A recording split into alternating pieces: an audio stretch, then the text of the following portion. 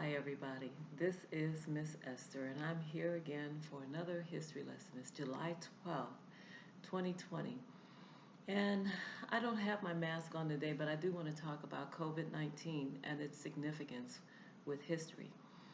Some people say history is not important. Why do we do it? Well, you are living in a very historical time right now that we really must learn from this. There was a great flu pandemic. They called it the Spanish flu back in 1918. I believe it went from 18 to 19, and it was severe. I've always been a historian, even when I was a young lady. So when I was a young lady, I used to talk to my grandmother about things that happened back in her day. And I said, Grandma, do you remember the flu pandemic? And she said, Oh, yes, I remember that well. And I said, well, what did you guys, was it really serious? Oh, yes, it was real serious. She said, but that old flu didn't get me. That's what she said. I'm like, well, of course it didn't get her. She was about 11 years old. And if it had gotten her, I wouldn't be here. So, but at the same time, uh, that flu affected the world so severely. I believe about one third of the world population got it, about 500 million, and about 50 million died. So that's about 10% of those who got the flu. And so we live in this modern time where medication is so strong now and people aren't dying anything like that of H1N1 and things like that that affected the world way back then. And plus, they didn't have the sanitary conditions that we have now. And so that thing really ran rapid. So we think, oh, well, we've got this now. And so they really didn't learn from the history of that flu and others that came because they felt like they had a handle on everything. But if nature hasn't taught us anything, it has taught us this, that nature is more powerful than any of man's technology, and that will always be. And we must understand that.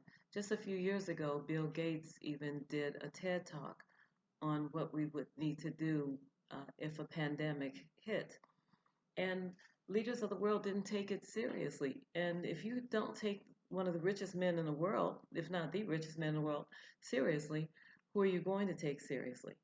But he did do this several years ago. And I've even heard people, they're being critical of, of people and saying that this thing is a hoax and everything.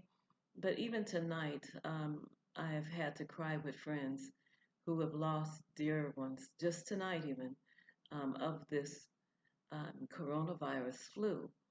And this thing is real, no matter what kind of conspiracy that you want to put in it. It is real. So it's time to understand that we have to learn from history. Bill Gates understood the history of pandemics, and he tried to warn the world leaders years ago.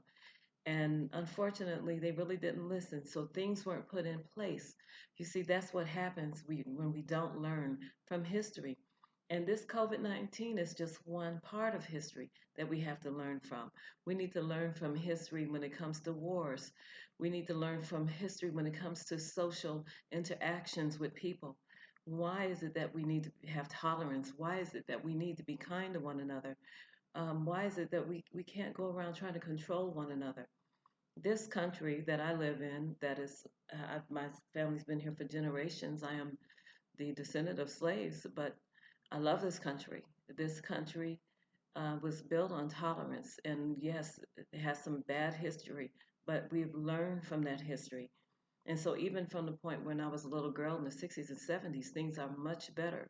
But oh my gosh, can they be better yet? Yes. This is how we learn from history, just as we are learning from COVID-19. You might be a teenager watching this, and in 25, 30 years, when you're my age, somebody may say to you, Mom, Dad, or whatever, why are you upset because they said this? And it's just some kind of flu or anything. It's not going to affect us so badly. And you may say, oh, yes, it can, because you remember what happened here. When I was a kid, I remember elderly people always had enough food for a few weeks. And they would say things like, it's good to have a little cash on hand that you have that's not in the bank, you know. And those elderly people had lived through the Great Depression and some of them the flu pandemic. They knew what it was about to be shut down or not have enough and things like that. So they understood the need to have, you know, a few weeks or a few months of supplies of money and food.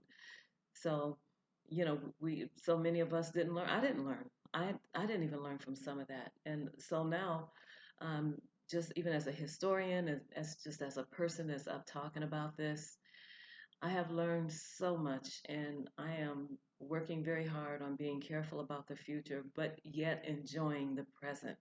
So let us learn and let us learn with graciousness and learn without fear. You know, this is here. We're learning from it. We know what to do next time, and you know we need to cooperate this time as best as we can. Well, I've gone a few minutes over, but I just wanted to get that through to you. So this is why history is so important. And this is a good way of letting us know, looking at this COVID-19 pandemic and everything else, all the other aspects of history. It's so important that we learn. So keep on tuning in as I keep talking to you about history. And I'm so glad that you tuned in. Hey, if you like what I'm saying, can you like and subscribe with me? And we can bring better videos, more information, and trust me, there's so much more to learn. Hey, God bless and love you. Bye bye.